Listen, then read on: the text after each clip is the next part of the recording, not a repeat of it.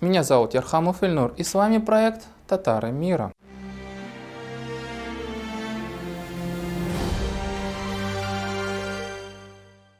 Уважаемые зрители, особенно татары, вам, наверное, приходилось сталкиваться со всякого рода неадекватными комментаторами в соцсетях, которые как загипнотизированные толдычат, что татар как народа раньше не было, что наименование татары нашему народу подобрал сам лично и своей рукой богослов и татарский просветитель Шигабуддин Марджани. К сожалению, такая ерунда в соцсетях встречается, она есть. Процесс этногенеза, процесс появления татарского народа, история самого этнонима уже имеет научные разъяснения, объяснения и трактовку. Все эти процессы сложны. Алла Берса, все нюансы происхождения и развития нашего народа будут раскрыты на нашем канале «Татары мира». Но в соседнем Татарстану республике, в Башкортостане, есть немало историков, этнографов и прочих идеологов, которые влезают в вопрос этногенеза татарского народа, нагромождают какие-то бредни, сочиняют, фантазируют и придумывают экиатляр. При этом эти же самые башкирские историки не уделяют должного внимания этногенезу башкирского народа, не обращаются к очень любопытным, например, узлам проблем, связанным с этнонимом башкир, и предпочитают обходить стороной неудобные для них исторические источники и документы. Скажем, можно ли обнаружить в исследованиях башкирских этнологов разбор статистической информации Николая Александровича Гурвича по башкирам? Кстати, по поводу Гурвича должен сделать небольшое разъяснение относительно своего предыдущего выпуска, где я разбирал как раз таки эти самые статистические данные Гурвича. Я не считаю расчеты Гурвича идеальными. У меня к ним есть некоторые претензии. Более того, я не согласен с его утверждением о некоем этнографическом сближении башкир и мишар-мишаряков. Он же кабинетный статист. Его мысль о сближении двух общностей, а именно башкир и мишаряков, опрокидывается письмом мишарского депутата Абдулкадыра Абдулкаримова, где он сообщает, как на протяжении 17-18 веков мишаряки усмиряли, будучи на стороне российской администрации, всякие татаро-башкирские бунты на территории современного Башкортостана. В общем, Гурвич своими расчетами не нашел этническое ядро башкирского народа. Ту цифру, которую он определяет якобы как башкирское ядро, на наш взгляд, чересчур завышенная, даже с вычетом огрубленной цифры азиатцев, которые прискакали в Уфимскую губернию в 1801 году. Следите за публикациями на канале «Татары мира», мы еще вернемся к этой теме. Ну а сегодня мы будем рассматривать всеобщую перепись населения в Российской империи, которая прошла в 1897 году. Почему? Потому что ее результаты на сегодня являются фундаментом в идеологии башкирского этномародерства. Потому что именно результатами этой переписи татарам Башкортостана дают понять, что они в своей республике пришлый, малочисленный народ. Потому что именно результатами переписи 1897 года идеологи этномародерства доказывают свое право бессовестно башкиризировать татар, проживающих на северо-западе Башкортостана. Потому что именно результатами переписи 1897 года раскалывают наш татарский многострадальный народ. В общем, алга. Сразу проявлю дань уважения к высокопрофессиональному исследователю и историку из Казани, к Загидуллину Ильдусу Куддусовичу. Он исследует историю переписей, проводимых в нашей стране. В частности, он очень погружен в детали и тонкости проведения всеобщей переписи 1897 года. Давайте и мы погрузимся во времена, когда была организована и проведена эта перепись, и что стоит за этими результатами этой переписи. Выпуск этой передачи был бы невозможен без консультации Ильдуса Загидуллина. Но сначала давайте посмотрим, как используют результаты этой переписи населения конкретно наши башкирские оппоненты. Вот, например, самый безбашенный и активный этномародер Азат Ермулин, который работает в Башкирском архиве. Его статья называется «Этноязыковой состав Уфимской губернии по переписи населения 1897 года». Азат Шакирьянович на сайте Башкирского архива врет самым наглым образом уже с первого слова в своем заголовке. Этноязыковой. Перепись 1897 года никак не определяла этносы. Перепись проходила в Российской империи, которая до 1917 года оставалось глубоко сословным государством. Одно из нововведений переписи 1897 года был вопрос о родном языке. То есть у человека спрашивали, какой у него родной язык, и уже потом при подсчете данных и из их анализа выводили что-то типа народности, которую сложно назвать, конечно, общностью людей, объединенных культурой, традициями, религией и так далее, то есть этносом в нашем современном понимании. Но еще раз обращаю ваше внимание, абсолютно ни один переписчик ни у одного подданного Российской империи не спрашивал, какая у него национальность. Вот, например, переписной лист царя Николая II. Первый вопрос – пол, затем семейный статус, мать, отец, сын и так далее. Дальше возраст, состояние в браке, холост или женат. Потом идет сословное состояние. Тут, конечно, царь себя императором назвал. Люди попроще называли себя крестьянами, мещанами, купцами и так далее. Ну и прочее. Единственные вопросы, которые более-менее могли намекать на национальность, это вопросы о вероисповедании и о родном языке. Так что, по-честному, Азат Шакирьянович Ермулин, один из начальников Башкирского архива, должен был назвать свою статью как «Сословно-языковой состав Уфимской губернии». Но делать он это не будет, пропагандист проклятый. Ну и какие же выводы делает этот мародер, исходя из полученных результатов переписи 1897 года по Уфимской губернии? Читаем. Тем не менее, по численности в Уфимской губернии самым крупным этносом являются ее коренные жители башкиры. То есть, мало того, что Азат Ермулин высматривает в результатах переписи неизвестное для переписчиков 1897 года слово «этнос», он еще и этносом обзывает башкир. Вы понимаете, да, что в глубоко сословной стране, в Российской империи, где проходила перепись, которая фиксировала только сословие, а понятие башкир включает в себя как сословное, так и этническое наполнение, Ермулин окрещивает башкир словом «этнос». Мало этого, он еще башкир сопровождает эпитетом «коренной», явно давая понять, что в Уфимской губернии есть и некоренные народы, то есть татары и русские, ну просто какой-то отпетый шулер. Итак, согласно данным переписи 1897 года, Ермулин нам спешит поведать, что башкир насчитывалось 899 910 человек, русских 834 135 человек, ну а третье место татары с численностью в 184 817 человек. Но Ермулин в своей пропаганде не останавливается и очень бережно и заботливо нам рассказывает о численности типтярей, численность которых 39 955 человек, и мещеряков Мишар, численность которых 20 957 человек, которые были вроде как сами по себе, а потом вроде как вошли в состав татарского народа. Ермулин очень въедливо пытается объяснить, кто же такие эти мишари-мещеряки. Ермулин нам говорит и о финно-угорском, и о мадьяро-венгерском происхождении мишарей. Он пишет, что мишари связаны с какими-то там западными тюркоязычными кипчаками, буртасами, болгарами. В общем, все что угодно, лишь бы не написать, что мишари это и есть татары. Интересно, что же тогда Ермулин также не препарировал этнические, кто такие башкиры, венгры, иштяки или нагайцы?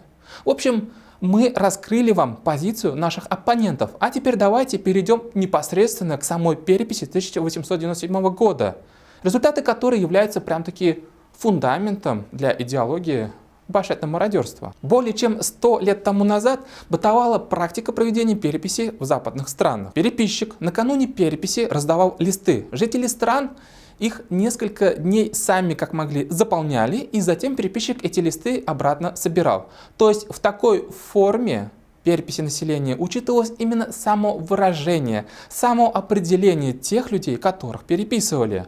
А как была организована перепись в Российской империи в 1897 году? Так как абсолютное большинство населения проживало в сельской местности, то оно само не могло заполнить переписные листы.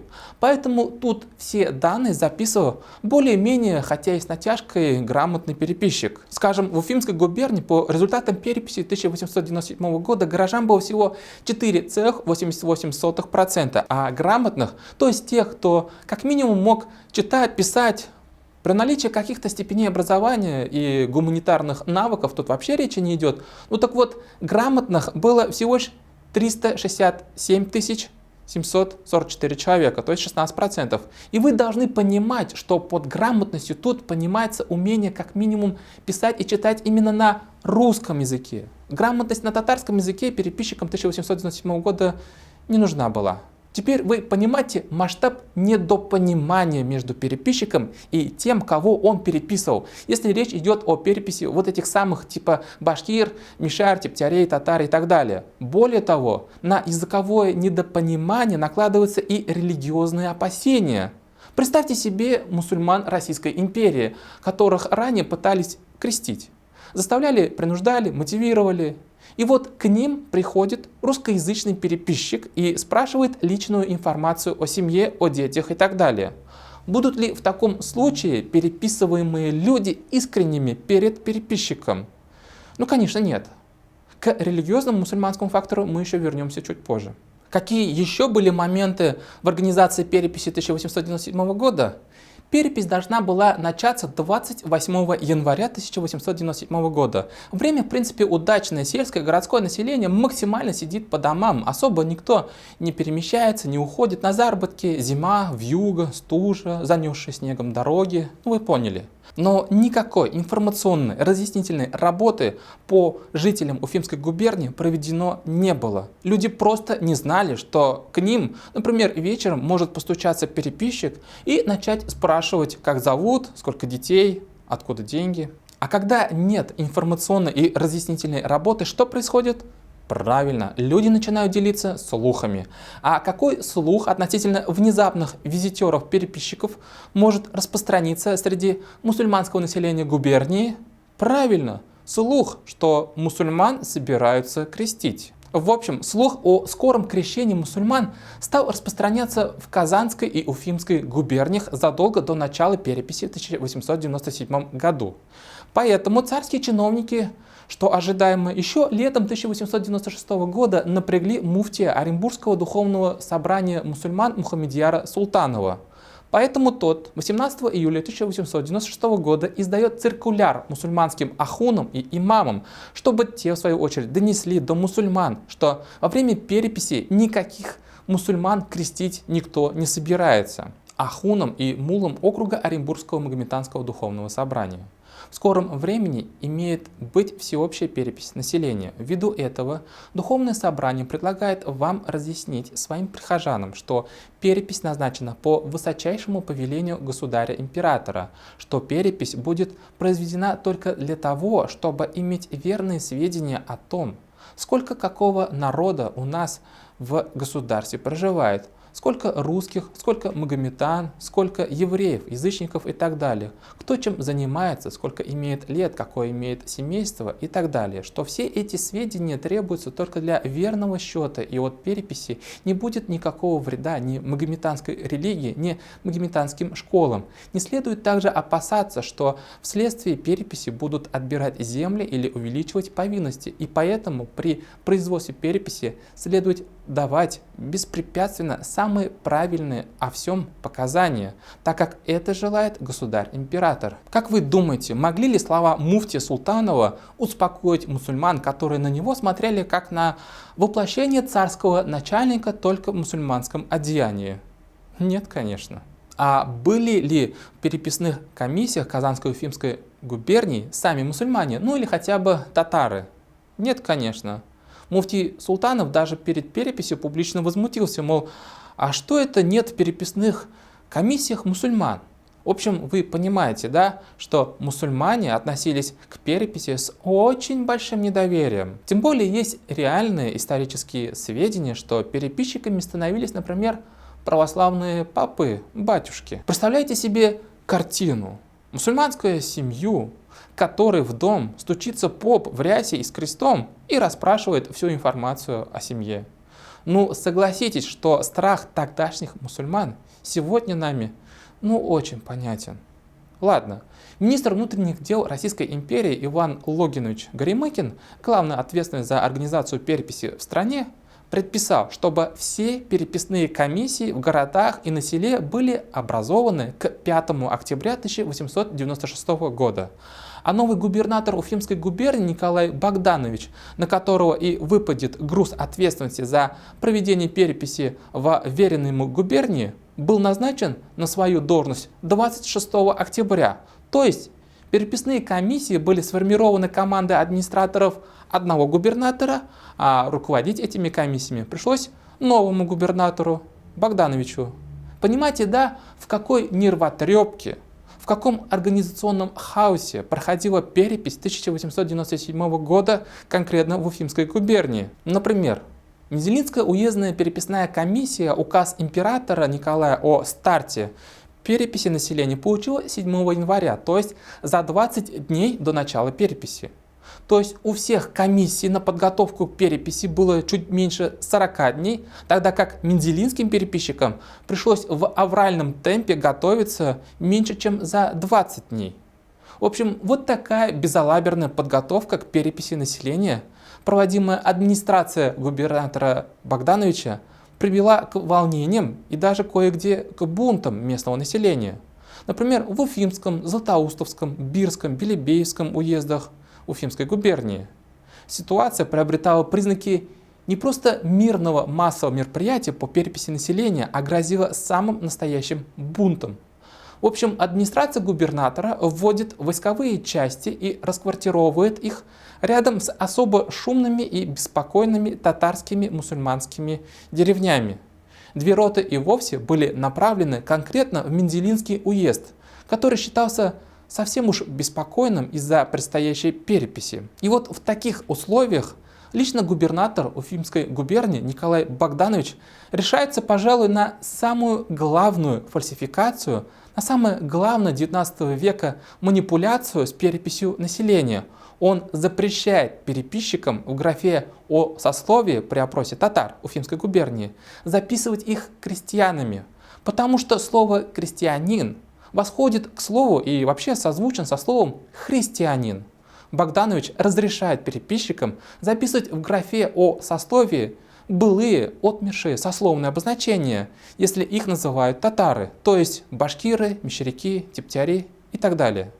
Давайте посмотрим, сами почитаем его распоряжение циркуляр по этому поводу. До сведения моего дошло, что одной из причин, вызывающих в среде магометанского населения губернии волнение, это то, что магометанское население, отождествляя слово «крестьянин» со словом «христианин» и вводя отсюда ложное заключение, что перепись имеет целью обращения магометан в христианство, выразило пожелание, чтобы в 4-й графе таблицы для подсчета населения на переписных листах формы А слово крестьянского, то есть крестьянского сословия, было заменено на слово башкирского, то есть башкирского сословия.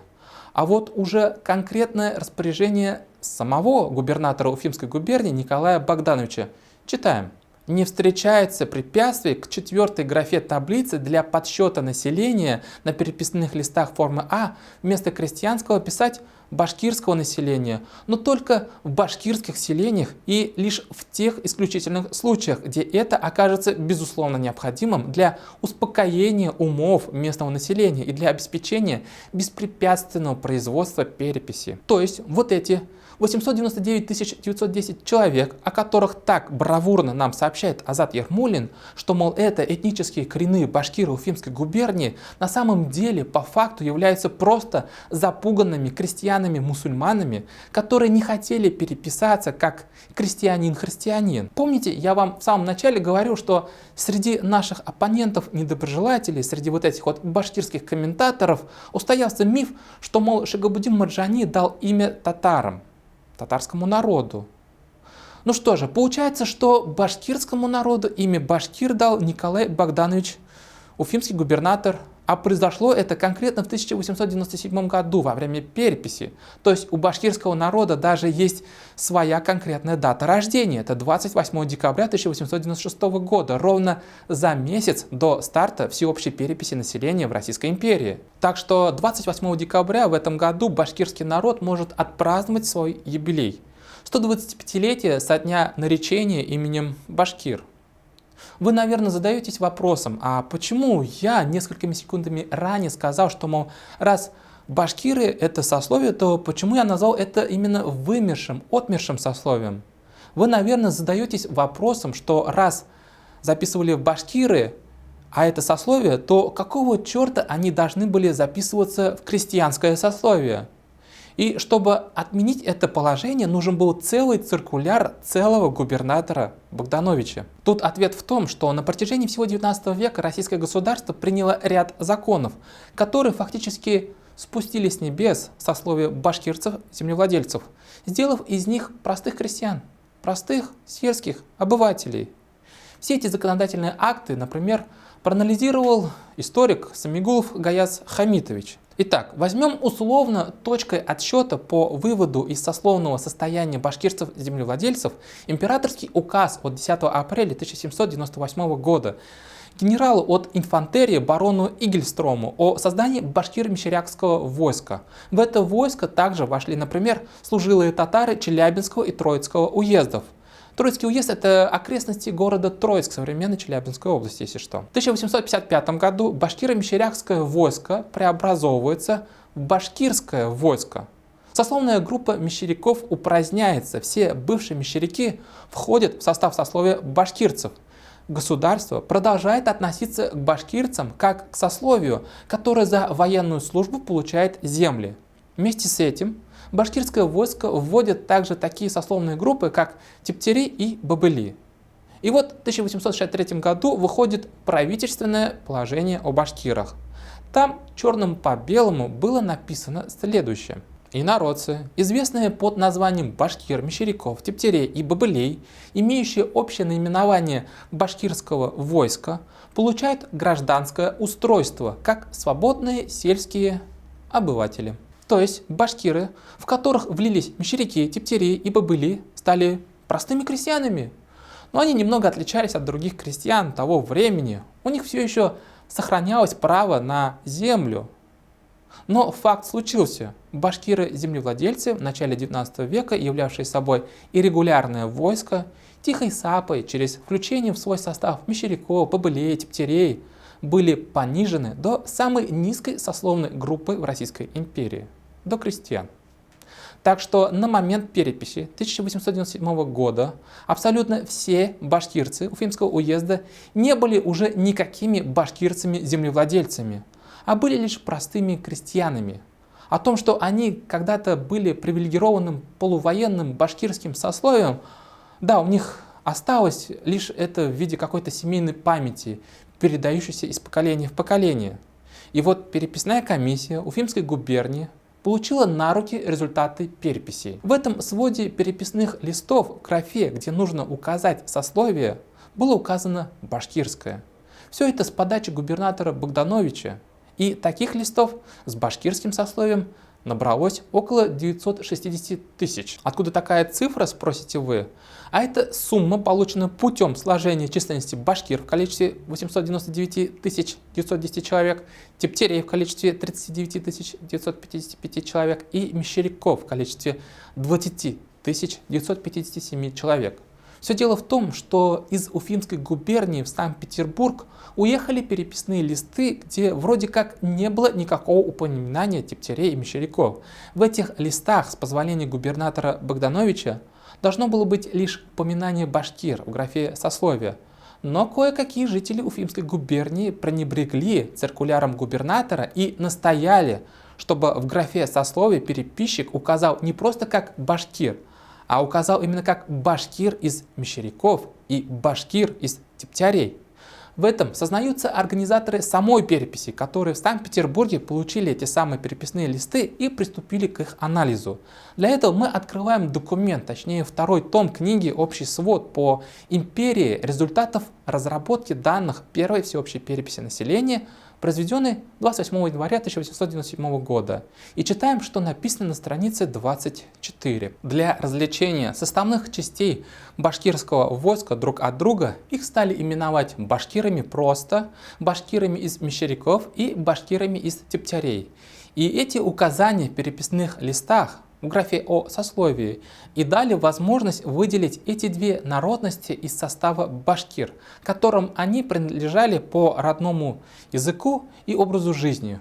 Впрочем, ввиду указанного на странице 1 соображения, приводим ниже числа мещеряков и тептярей. То есть питерские ребята подтверждают, что получили уфимские переписные листы. И что они с ними делают?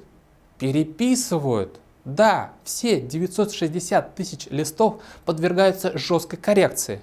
Информация под графой о сословии с обозначением «башкир» была исправлена на «крестьянин». Для этого мы открываем документ, точнее первый том, общий свод по империи по переписи 1897 года. Открываем там 13-ю страницу и смотрим на общий свод сословного состава населения Российской империи по результатам переписи 1897 года.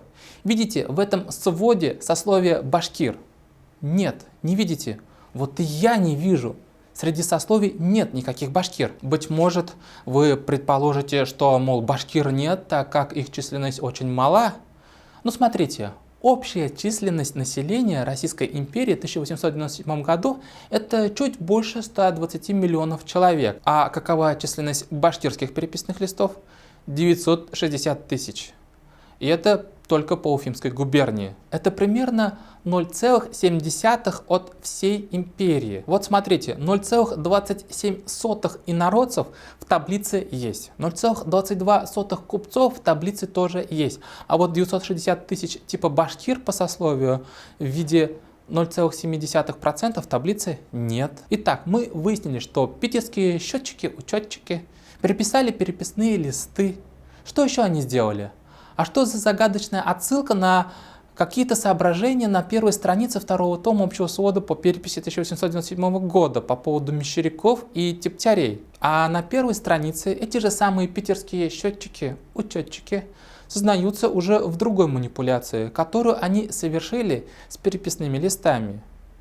А в нашем случае речь идет о 960 тысяч переписных листков, пришедших из Уфимской губернии, напомню я вам. Так как, однако, графа о родном языке при производстве переписи имела главную целью выяснить именно национальность населения, то во многих случаях при разработке переписного материала было признано целесообразным подвергнуть показания обозначенной графы соответствующим поправкам, пользуясь при этом другими указаниями и признаками, имевшими в тех же переписных листах. Таким образом, различие сословий и очень часто прямые указания на национальность данного лица в графе о сословиях и состояниях дали полную возможность более точно определить численность сибирских инородцев и приуральских тюрков, чем это было бы возможно на основании одних данных о родном языке. То есть питерские ребята взялись переписывать данные людей о родном языке. Им, видите ли, непонятно было. И вот они, значит, взяли данные из графы о сословиях и перенесли эти данные в графу о родных языках. То есть изначально организаторы ставили перед собой задачу определять национальность по родному языку. Но вот эти питерские счетоводы пошли от обратного и родной язык определили из указаний, из той самой информации, что обнаружили в графе о сословии. Другими словами, если бы уфимский губернатор Богданович не разрешил бы жителям своей губернии переписываться как башкир, башкир из тептярь или башкир из мещеряков, а переписывались бы все они как крестьяне, то питерские умники им определили бы, например, что в качестве родного языка у них крестьянский язык. Звучит как шутка, но эту грустную шутку провернули эти вот самые ужасные счетоводы жителями Уфимской губернии. Так, если в Питере у жителей Уфимской губернии графу о сословии переписали, сословную информацию оттуда переделали в башкирский, тептярякский, мещерякский язык, то какой тогда был на самом деле указан в переписном листе в графе у них родной язык, у жителей Уфимской губернии? К большому сожалению, эти питерские мозгоклюи никаких данных об изначальной информации в графе «родной язык» в уфимских переписных листах не оставили. До нас не дошли никакие численные показатели. Но эти питерские счетчики, учетчики оставили нам кое-какой намек на то, какой же на самом деле родной язык был вот этих вот около миллиона переписанных листков Уфимской губернии. В России многие народы, восприняв путем физической и духовной ассимиляции культуру, язык и отчасти физические признаки народов многочисленных или более сильных культурою, еще долго сохраняют память о той национальности, которой они раньше принадлежали. Большая часть мещеряков и тептярей приняли башкирский и татарский языки, что часть башкир изъясняется на татарском языке. То есть и башкиры, и тептери, и мещеряки написали в графе «родной язык» татарский язык. Татарский язык — это родной язык тептярей, мишарей и башкир.